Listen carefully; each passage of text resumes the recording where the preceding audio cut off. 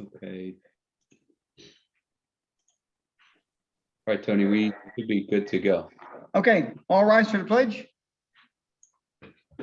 I pledge allegiance to the flag of the United States of America and to the republic for which it stands, one nation, under God, indivisible, with liberty and justice for all.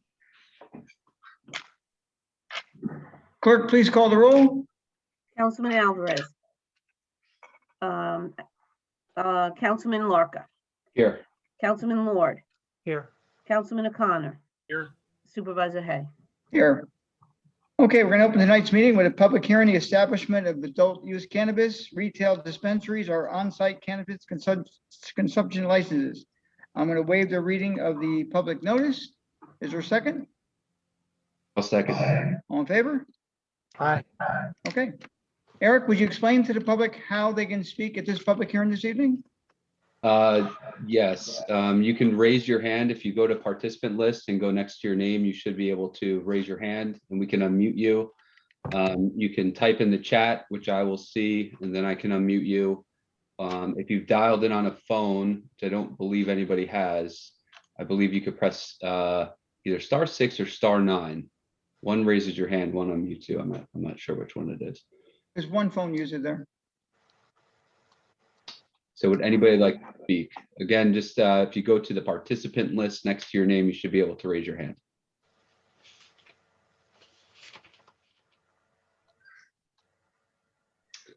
I don't, okay, here we go. Kristen McConnell, so I'll unmute you. Kristen, you should be unmuted.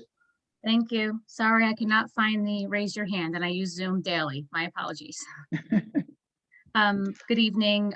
Kristen McConnell. I'm the director of the Prevention Council of Putnam. We're a not-for-profit substance use prevention and awareness organization that can serve all of Putnam County. So I'm here tonight to provide brief information and education about the public health and safety concerns we have regarding both legalization of marijuana as well as retail dispensaries. And I can also be available to provide any assistance to the town board should you request it. So just to give a little background, on March 31st of this year, we know the governor signed into law the Marijuana Regulation and Taxation Act, which in essence legalizes adult use cannabis. His stated goal was to generate significant new revenue. So legalization poses a number of health and safety concerns that I'll just provide some examples. Some of them, most are regarding adolescents, but a big one for us is the possible effects on adolescents, but also increased impaired driving, youth perception of risk, increased availability or access, the increase in the black market sale, home grow allowances, as well as secondhand smoke effects. So I think the most important thing that I want to mention is that if a municipality does not opt out by December 31st, they never can. So I don't have all the information at this time. We're still working on gathering that with the State Association of Providers, but it's my understanding there's still a lot of regulations that need to be decided. But the most prudent thing to do is to prohibit these establishments at this time because you can always undo it later. And we know from history with Colorado and California that the majority of municipalities have opted out. And the primary reason is that there's clear research that in communities where dispensaries are located, there's higher incidences of youth use, impaired driving, as well as early onset of use among adolescents. So there's also something that I just wanted to mention about right now, cannabis will be allowed to be smoked or vaped anywhere that smoking tobacco is permitted. However, localities can have more strict regulations. There's a public health article and public health law around this. And I just wanted to mention that because that's another public health concern that we have. So just want to thank you all for making this an issue, bringing it to the forefront. And like I said, I'm available for any questions or follow-up discussions after tonight. Thanks. Thank you, Kristen. Thanks. Thank you. Next up is Carla Lucino. Hi, everyone. Thanks, Eric, for a couple of minutes to speak. I'll just say that I agree with everything that the previous speaker just said. I think she was very articulate, but I'm opposed to retail sales of recreational use marijuana in the town of Southeast, and just want to give you my thoughts on it. I think that there's a lot of things that are not clear at this point in time. The risks of impairment are not clear, whether you're driving, shopping, operating heavy equipment, dealing with the public. We're really not sure if people are impaired, how they'll behave. Retail sales would increase access, so that's a big risk as well. And once you take the drug, it can stay in your system for weeks. So we really don't know what the effects would be over a period of time. Also, I'm not really sure of the annual revenue totals. I'm not sure if the town is yet. I see the percentages, and I know it's an excise tax, but we don't know what that'll really bring into the town. We're not sure about any type of job creation numbers at this point. And if there is some amount of revenue, if that revenue has to be used to educate the public on the penalties, the use, any other guidelines associated with recreational marijuana, or if we have to educate on crime prevention or increase law enforcement, a small amount of revenue that goes for that won't be able to be used for any other purpose in the town. So in my mind, it kind of defeats the purpose. We don't know how to detect marijuana in impaired drivers. We're not sure what the penalties are. And I would hate for someone to be hurt or killed because the driver is impaired, and that draws us to take action. I think we should be more forward looking. I also think that I'm not so sure it's a good idea to make it easier for people to become impaired. I think that's dangerous. And frankly, my personal opinion, it's just more stinky smoke and pollution. And if people can't think clearly or function properly, I'm not sure why that's a good thing. So again, I'm just opposed to retail sales in the town of Southeast. Thanks for a couple of minutes. Thank you.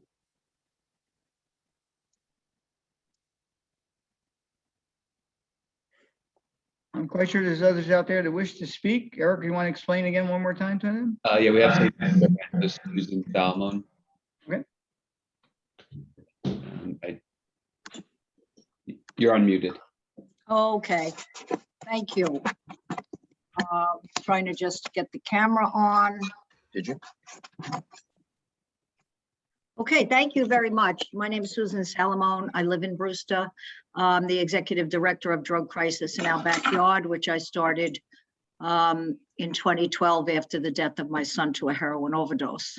I am, thank you, Kristen, for your information, and the previous person who spoke for your information as well. I am also opposed to a dispensary in Southeast for the same reasons that they cited. It's also true that although this is not supposed to be for young people, you know that young people are going to get it from older kids in high school. As a matter of fact, we are doing a scholarship for the high schools in Putnam County, and I received an application for someone from Brewster that had a vaping addiction. And she stated, quite frankly, in the essay that she became addicted to vaping because the older kids on the bus were supplying her with vape. And all she had to do was say, can you buy this for me? And they bought it for her. So that's going to happen with marijuana as well. So although it says adult use, we all know that the kids are going to get their hands on it. I work with families that are struggling with addiction, and I would say 80% of the families that have kids that are seriously addicted to drugs have started with marijuana. So why put another drug out there? We've got alcohol, okay? Why put another one out there? Why legalize another drug when it could cause havoc that we don't even know? We don't even know. As the previous caller said, we don't really know. We should be very, very cautious about this. Thank you for your time, and I appreciate that you really jumped on this right away. Thank you. Thank you for your comments. Thank you. Anybody else would like to comment? You can raise your hand. You can type to me in the chat and I can unmute you. In fact, I will open it up so that you can unmute yourselves. So if you'd like to speak, you can unmute yourself.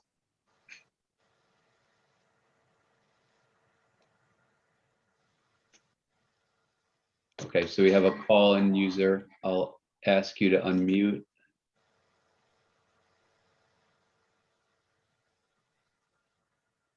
Ashley, what are they? Oh, there you go. You're unmuted. Hello.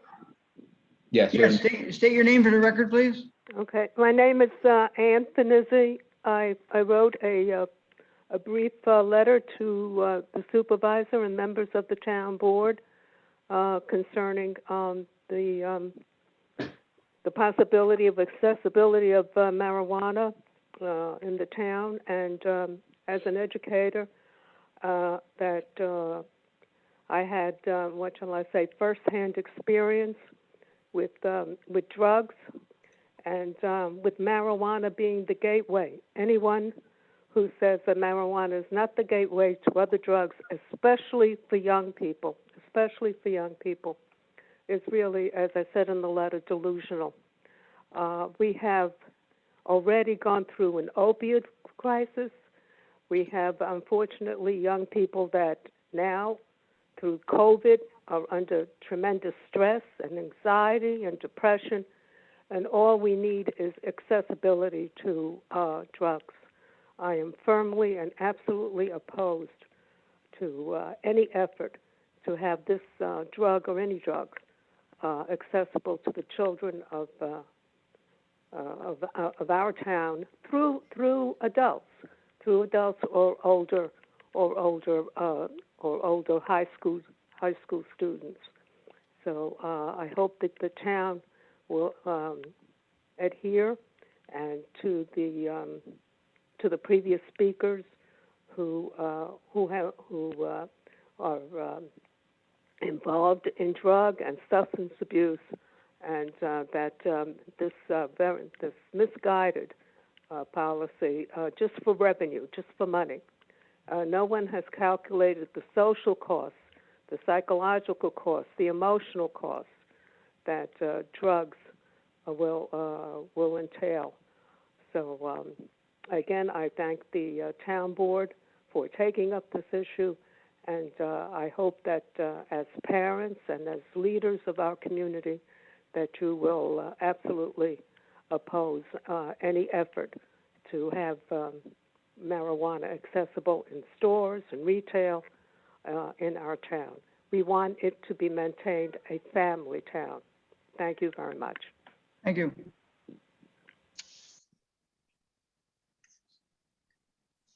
Michael Legori raised his hand.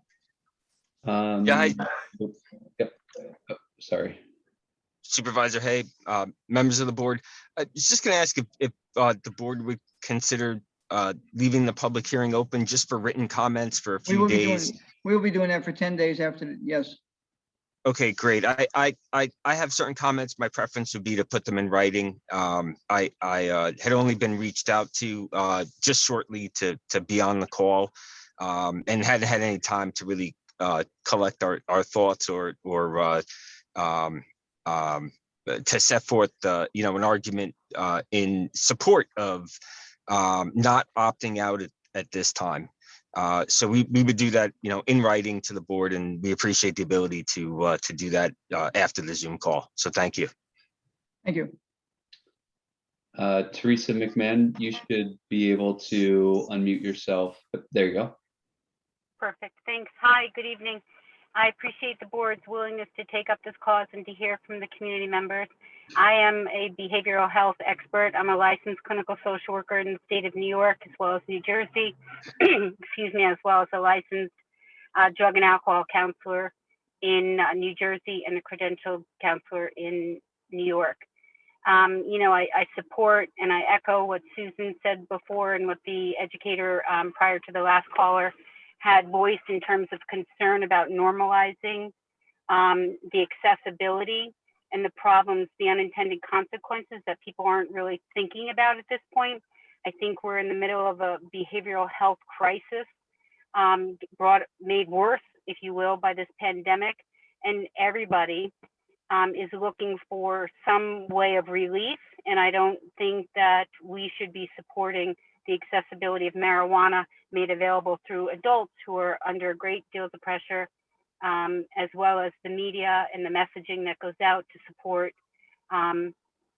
this marijuana. So I just want to be on record as a professional in the field, working, on the front lines with families and with children and with other agencies to support that this is not a direction that we should be looking to go into. Thank you. Thank you. Kristen, I believe you wanted to make another comment. Kristen McConnell. Thank you. I just wanted to mention too that one of the reasons why we're really concerned about accessibility for young people is because we're not talking about the weed from the 60s or what we call the Woodstock weed. We're talking about high potency marijuana edibles that look like candy and cookies that can be mistaken for regular food that's not, has marijuana, and oils that can be vaped. These are high potent THC marijuana that will be in these dispensaries. So it's hard to picture, and I can send some follow-up documents for you to take a look at what these dispensaries look like and the types of products that are being sold in them, which is why it's an even more concern for us in public health and prevention. So thank you. Thank you. Anyone is to speak to the subject matter? Yeah, so I have it open, so if you'd like to speak, you can simply unmute yourself.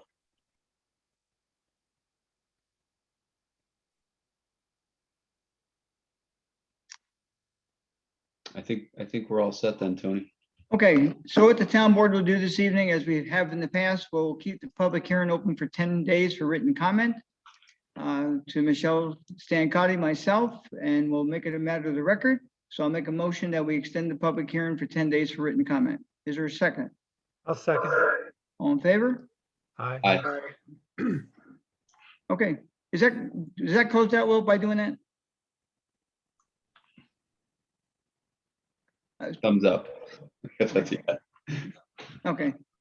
So on the No, motion. No, it's fine. You're leaving the public hearing open for written comment. So the public hearing isn't technically closed, but this virtual hearing would be concluded once you're done with your business. Okay. Okay, Um, so all in favor of leaving it open for 10 days? Aye. Aye. Aye. Okay. Okay, nothing on the work session this evening. We'll go to the regular portion of the meeting, waive the reading of the correspondence, approve of the voucher list, $727,290.19. So move for discussion. Second. Discussion. All in favor? Aye. Aye. Waive the reading of the budget transfers, setting of the meeting dates and public hearings. All meetings will be held at 1360 Route 22, Brewster, New York at 7 p.m. unless otherwise noted. Next meeting will be Thursday, May 6, 2021, and Thursday, May 20th, 2021. Now, two things. Right now, it doesn't look like the meeting on May 6th may happen because there's nothing coming forward other than what was discussed this evening, which can wait till the 20th. But right now, we're going to leave it if something comes up. So right now, it's May 6th, and by the middle of next week, we will decide whether or not that meeting will take place. Also, on the board, are we ready to go back to public meetings? I'm ready. Tony, I'm fine either way. I think, I feel comfortable if we decide to go in the office or in the meeting room, and I think now it's warmer, we can keep a few windows open and use social distancing and masks. So I'm fine if we decide to do that. I think the governor extended it, I think, to like May 3rd, but where our meeting is on May 6th. So what is the other three members of the board? What's your desire? I'm fine either way, but I still think we should continue Zoom because I think it's the more responsible thing to do. Without naming names, there's an establishment that opens up.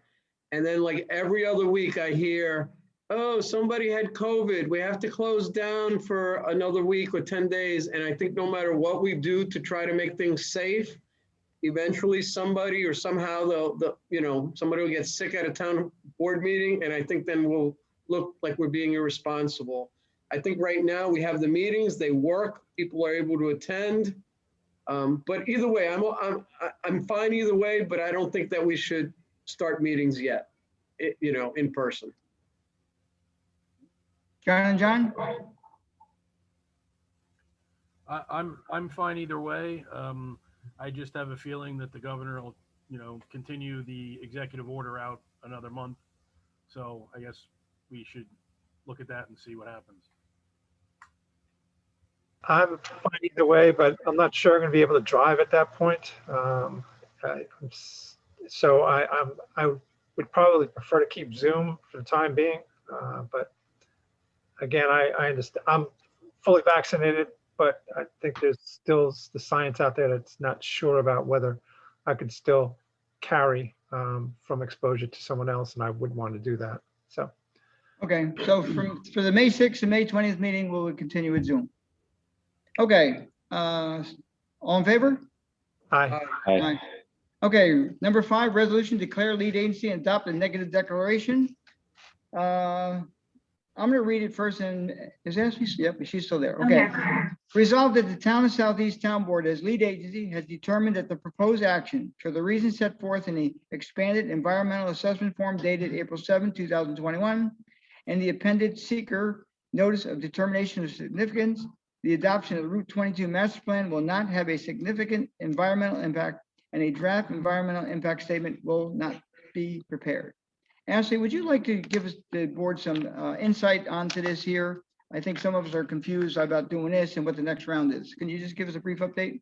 Sure. So there's a couple actions that are before you this evening. The first one is seeker, which would declare lead agency and adopt a negative declaration. So that's saying that by the future adoption of the master plan, that would not have an environmental impact and you would not prepare an environmental impact statement.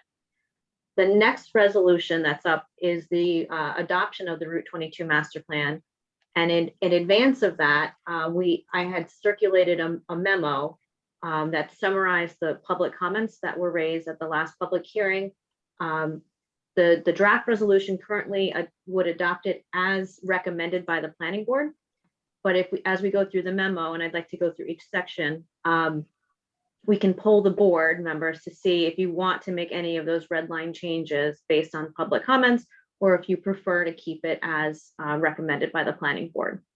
Once we've gone through that memo, then the board can take up the resolution for adopting the master plan with or without those changes. And then once the master plan is adopted, then you would take up the proposed zoning, because zoning needs to be based on a plan, on a well-reasoned plan. So that's what the public hearing is recommended for the May 20th meeting, would be a public hearing on the proposed zoning that would match the adopted master plan. So this evening, are we going to be doing that round one as far as So, the changes? Yeah, so this evening, you're first, you can, if you'd like to do the discussion before you adopt the negative declaration, we can do that first. Or you can do the negative declaration and then we'll go through the memo and then the vote on the master plan. Let's discuss it first before we do the neg deck. Okay. You want to ask the questions? Yes. So the first items, I can pull the memo up on the screen if that would be helpful. Let's see.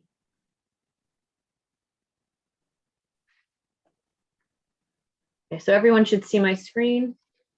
The first section is just to fill in the blanks that were in the draft master plan with all the dates of the various public hearings. So this is really a non-substantive change. It just fills in those blanks and acknowledges that the board, assuming you vote on it, adopted a negative declaration on today. So the next section, self-storage was raised at the public hearing. The way it was proposed by the planning board is what's in the first section here, in that it could only be allowed as an accessory use and could not exceed 20% of the gross floor area of a development.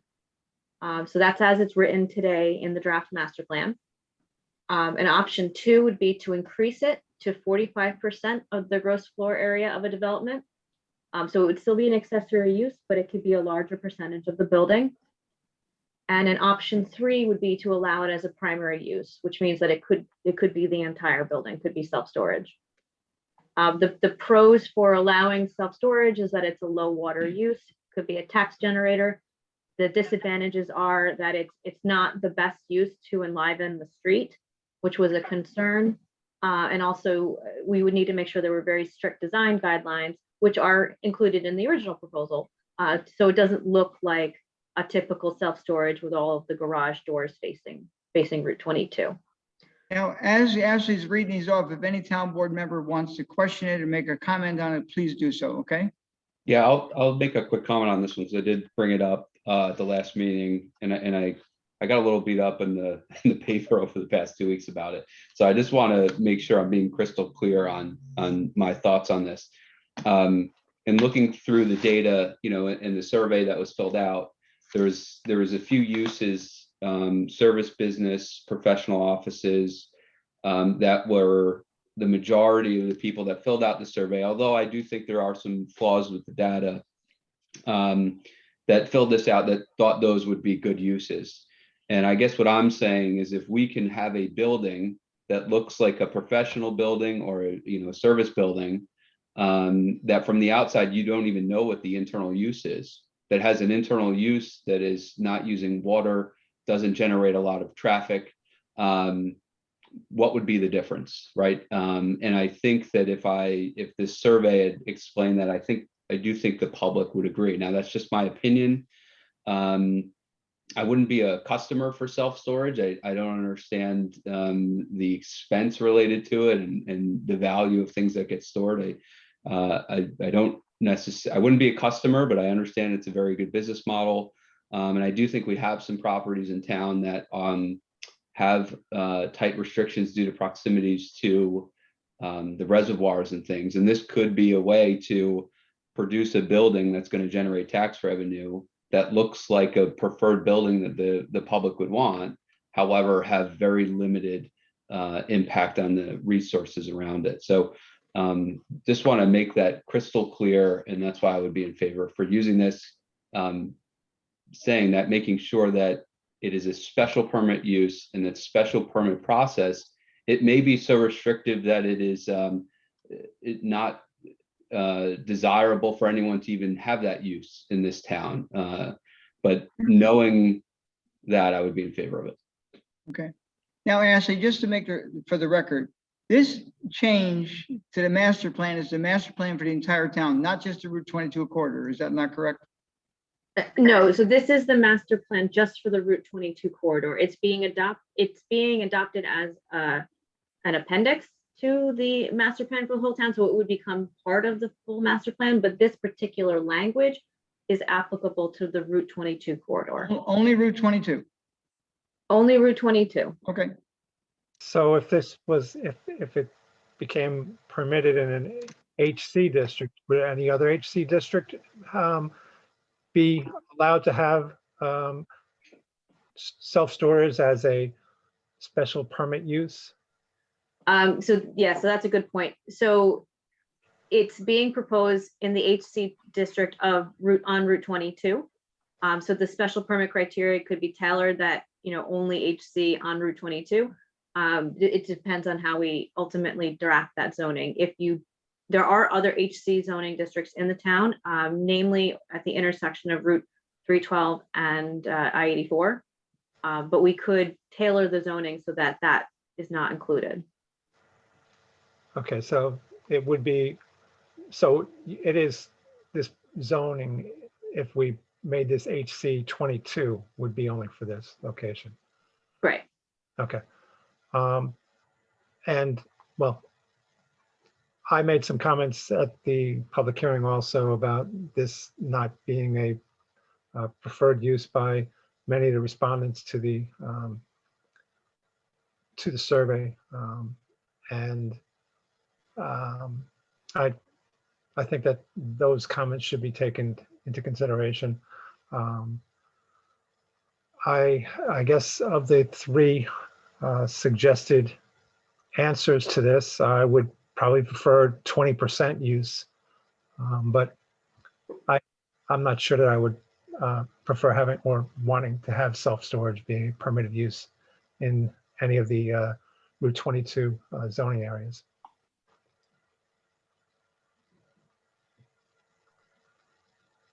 Anyone else on the comment on that? Okay, We could get, we could poll the board on this on the self-storage before we move on to the next section. okay. So those, I don't know if you want to lead in polling the board, Tony, or, Okay, we know John, anyone objectionable to it that wants to not put it in? so there's three options. There's either keep it as written, which is the 20%. There's increase it to 45% as still an accessory use, or allow it as a permitted principal use. Wow, door 1, 2, or 3. 1, 2, or 3. I'm just, Keep all of them shut. I'm in agreement with the way Eric described it. That was kind of my thought process of just simply, you know, if it's a nice looking building, and I think we discussed it at the previous meeting, if it's a nice looking building and you don't even know it's self-storage, who cares? So right now I'm leaning towards option 3 based on the way Eric described it. And obviously, you know, I think the planning board or us would just make sure that that's the way it would look.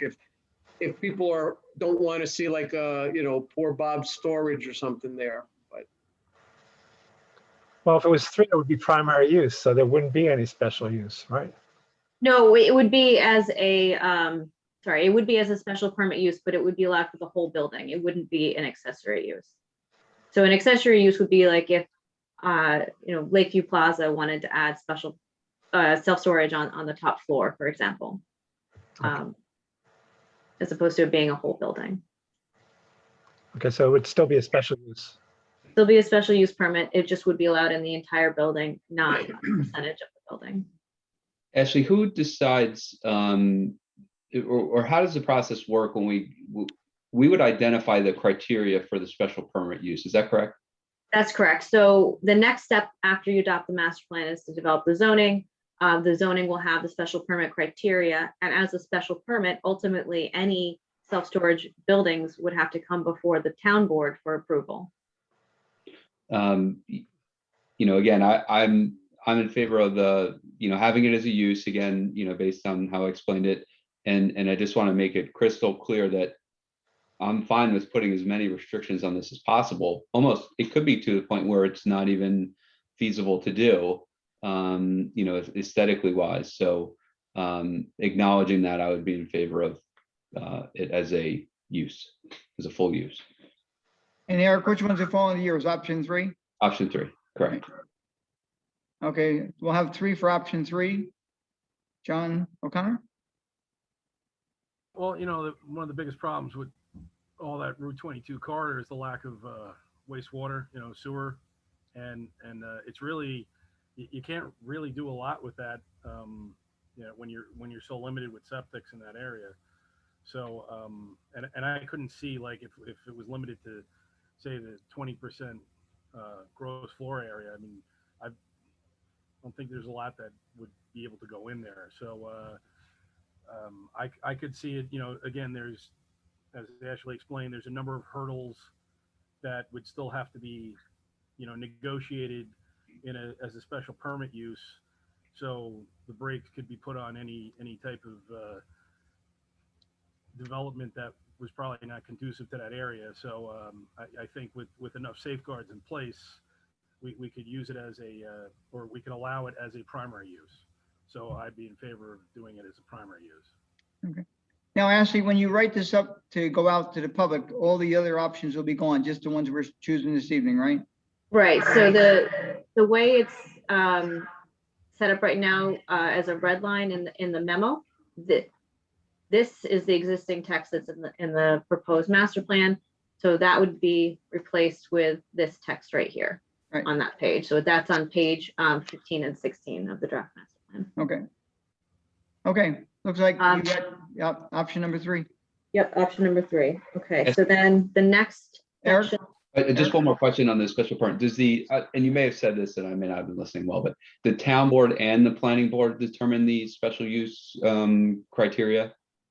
So the special use criteria will be established in the zoning, and that would be adopted by the town board. And then when an applicant comes forward under that new zoning, they would file an application for site plan approval with the planning board, who would do the initial look, and then they would refer it to the town board for the special permit. Okay. So All you'd right. have a say in the language that's in the code on the special permit criteria, as well as any project that came forward under the code. Okay, thank you. So the other comment that came up was about this property right here on Route 22. Well, it's actually right off of Route 22. It's off the old Route 22. There was an interest from a member of the public in allowing motor vehicle service stations and towing on that property. One of the concerns with that is that this property right here was recently approved as Barrett Hill, which is a residential development, multifamily residential development, and it would be overlooking this site right here. The options are to keep the text in the draft master plan as written, which would not allow motor vehicle service stations or towing on that parcel. Another option would be to rezone that parcel and the parcel behind it, which is an existing light manufacturing building, to ED, because that's an allowable use in that zoning district. And a third option would be to add motor vehicle service stations and towing as a special permit use to the OP2 zoning district.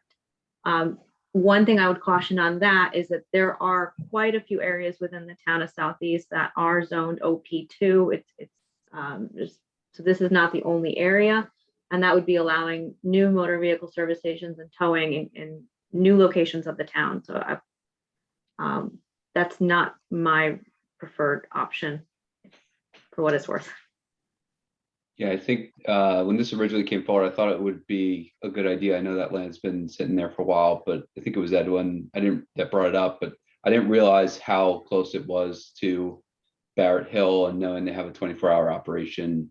And I think even the topo, it looks kind of down on that property. So based on that, I don't know that I'd want to include it. So I guess option 1 for me. Option 1 is leaving it the way it is now. Leaving the draft text as it is now, which would not allow motor vehicle service stations or towing on that parcel. Well, as much as I know there's a need for what the individual's doing, the Barrett Hill project is something I have contacted them. There is another option possibly within town. And at this point in time, I would also have to go to option number 1. I'm option number 1. Well, we got 3. John Lord, John O'Connor. Well, Barrett Hill's been here for probably over 10 years and nothing's gone forward. Oh, they're digging a hole now, John. Well, okay. I think they've dug holes before. They did, they wrote the check for Castle Park. Well, have we cashed it? Yes, Yes. but that doesn't matter. Whether, I mean, it could still be done. But again, there's already 3 now for the option 1. So if you were to say option 2 or 3, 3's got it so far. Okay. John O'Connor? Well, I think everybody's voting on option 1, looks like. I certainly wouldn't be in favor of option 3 because of what Ashley said. It opens up, too many possibilities in other areas. Having been in the towing industry myself in my former life, I understand the concerns of people that be looking to develop that. And there's plenty of operations where they could make it aesthetically and as unobtrusive as possible. So I would have gone with option 2 myself. So and I'd still go with option 2, but that would be my vote. I'll join you. Any of the 3 wish to change to option 2? Okay.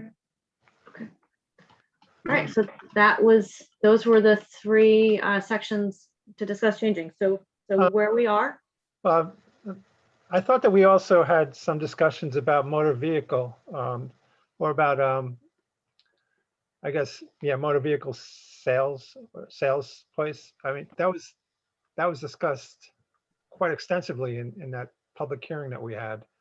Yes, and the person that spoke on that was in favor of as it's written in the draft master plan currently.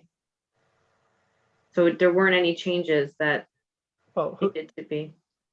well, I thought that Tony had mentioned something about putting in language to keep the, if it was going to be a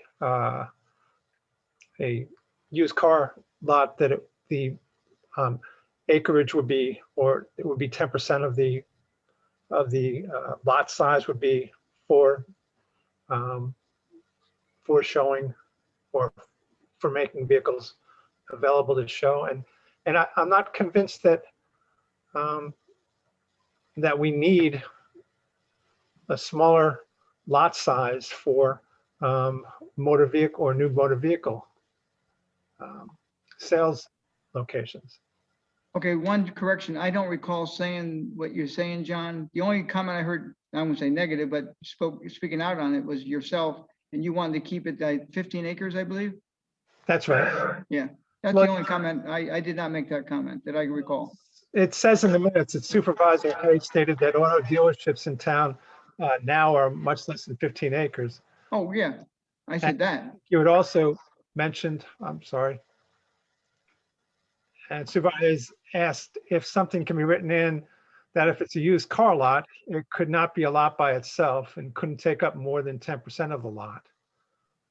Okay, so that's something that I think we can flush out in the zoning specifically, as Okay. opposed to in the master plan, which is just a general recommendation that it be allowed. Okay, but it's also being allowed in 2 districts, and how many other districts in town will now be permitted to have motor vehicle dealerships located in it? I have to go back and check the code, but offhand, I know it's allowed in SR6 and NB. Okay, so by reducing the lot size, we're now opening up other districts in town to also have motor vehicle. I don't know.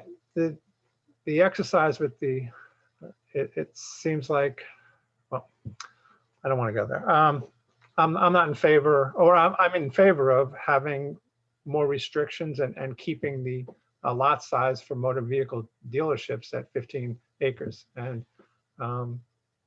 so I'm disappointed that that's not one of the zoning text changes. But anyway. That evening, one of my concerns was, in the old days, we had what they call tire kickers. They'd go out, they have small lots, they'd have the banners up there, and they really look pretty crummy. But then I was convinced a little bit, not knowing how the car sales are going these days. I see them advertised on TV. They actually order online. They drive the car right to your house. So a smaller, and again, all the other car dealerships in this town are much, much smaller than that, and it would not be fair. So I'm in favor of the way it's written. Not fair. That's our town. We decide on what more we want to allow. I know, and I'm in favor of leaving the way it's written, and you're against it. Okay, yeah. Well, I'm glad that I had a hearing here because nothing was written up as I had expressed. So thank you. I don't think, well, I believe at the time, I didn't think there was anyone interested in changing that, and that's why it wasn't written up that way. Good. The other ones were questionable or came in after the fact. Thank you. Thank you. Okay, Ashley, I guess you got enough to go for what you had needed to do for round 2? Yes, so at this point, the board can take up the negative declaration for the vote. Okay, we've already read it into the record. We'll do a roll call vote. I need a second first, Tony. I'll second. Discussion? We just had it. Okay, Not on the declaration. yeah, that's what we were discussing the whole time. No, we're discussing the changes in the proposed. Okay, we read it into the record, so go ahead, discussion. Okay, well, in the expanded EAF, I thought that there will be an impact on groundwater larger than was stipulated in the EAF. I think there'll be an impact on transportation larger than was stipulated in the EAF. And I wonder, and there'll also be an impact on energy if some of these things come through. So I just want to be clear, the adoption of a master plan does not automatically enable any physical changes to any property.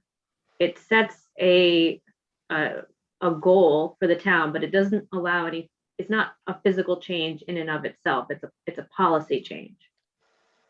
So that's why it identifies no changes in energy or groundwater. With the adoption of zoning, you do have a little bit more of a potential there, but even with that, you would, any new project that comes before the town would have to undergo its own seeker review, its own site-specific seeker review with its project and what they're proposing to do.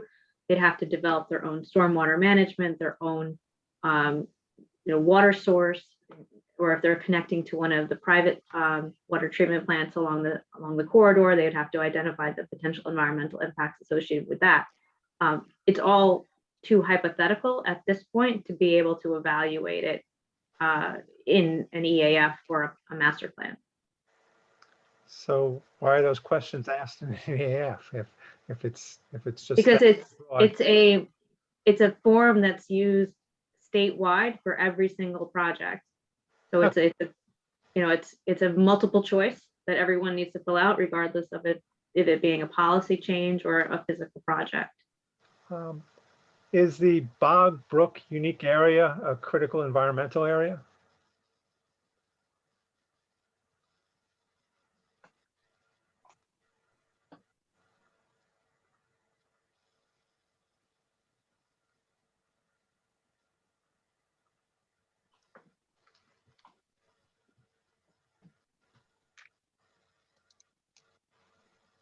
Did you grab that from pages 1 or 2? Impact on critical environmental area. I think it was page. That might be one that's auto filled in. No, it's not. It's not. I wasn't sure what the designation of the Bog Brook unique area was.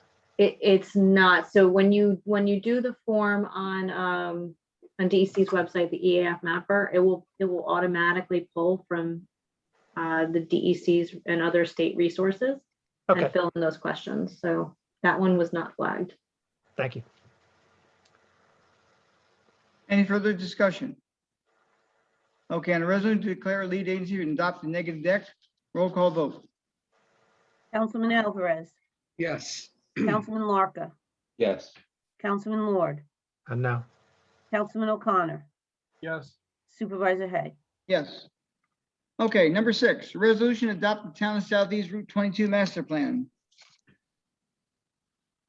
Now therefore be resolved that the Town Board of the Town of Southeast hereby adopts the Town of Southeast Route 22 master plan pursuant to New York State Town Law, Section 272-A7, and it further resolved that the copy of this adopted Route 22 master plan shall be filed with the Town Clerk of the Town of Southeast and the Putnam County Department of Planning and Development pursuant to Town Law, Section 272-A-12. So move for discussion. Second.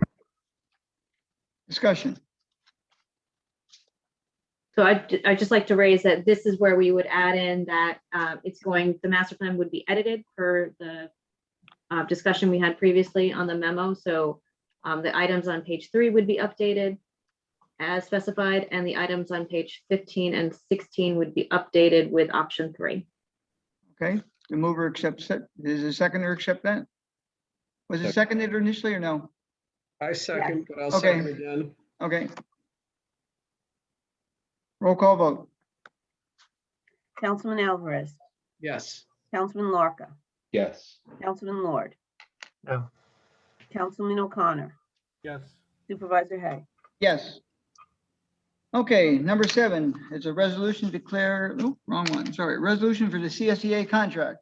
Now therefore be resolved that the supervisor be and is hereby authorized to execute a new collective bargaining agreement with the CSEA for a period commencing January 1, 2021 and expiring on December 31, 2024 under terms and in accordance with the memorandum of agreement dated March 4, 2021 annexed hereto and made part hereof. So move for discussion. Second. John, did you, who seconded? I think Edwin and I did. Okay, is there any discussion? All in favor? Aye. Aye. Number 9 is the supervisor's report.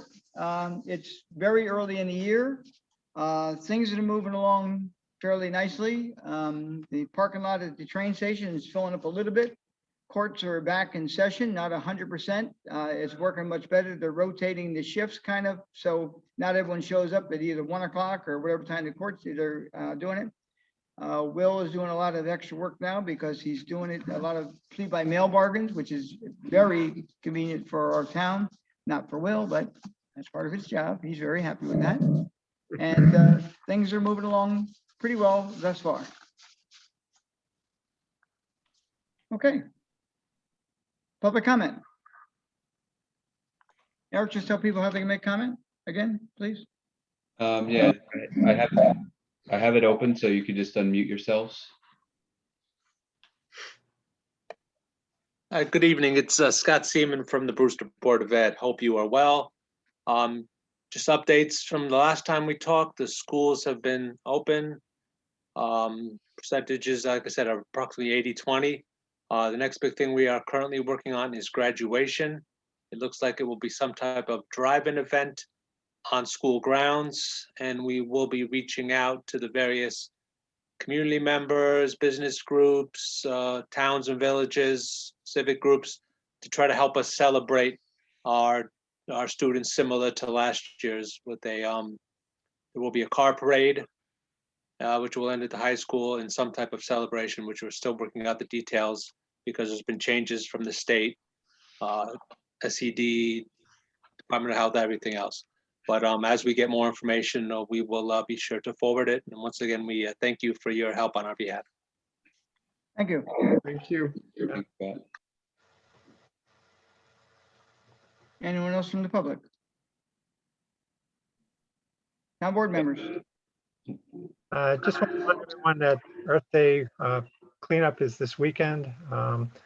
Tony will be at Town Hall on Saturday morning and Sunday morning from 7 until noon to hand out bags and vests and gloves. So please help out if you can. Thank you. We've had quite a few people that have called and volunteered. I've been handing out items actually all week long. So we probably gotten about 75% of it already passed out, and Saturday more. And unfortunately, it's supposed to rain on Sunday. So if you plan on going out this week to clean, pick Sunday's not the day you want to go. Do Saturday, please. Anyone else for comment? Also, Saturday is Bob Palmer Day, starting at the Milltown Cemetery at 9 a.m. and St. Lawrence Cemetery at 12:30. So if you're around and you want to participate in that. Thank you. And there, Eric, thank you for help me get the stuff online all the time and running our meetings virtually. Because it's up to me, it wouldn't be virtual. Any other comment? I'll entertain a motion. I'll make a motion to close tonight's meeting. Is there a second? I'll second. Okay, thank you. And Ashley, thanks again for all your help. Great. Thank Thank you. Have a good evening all. Good night. Good night.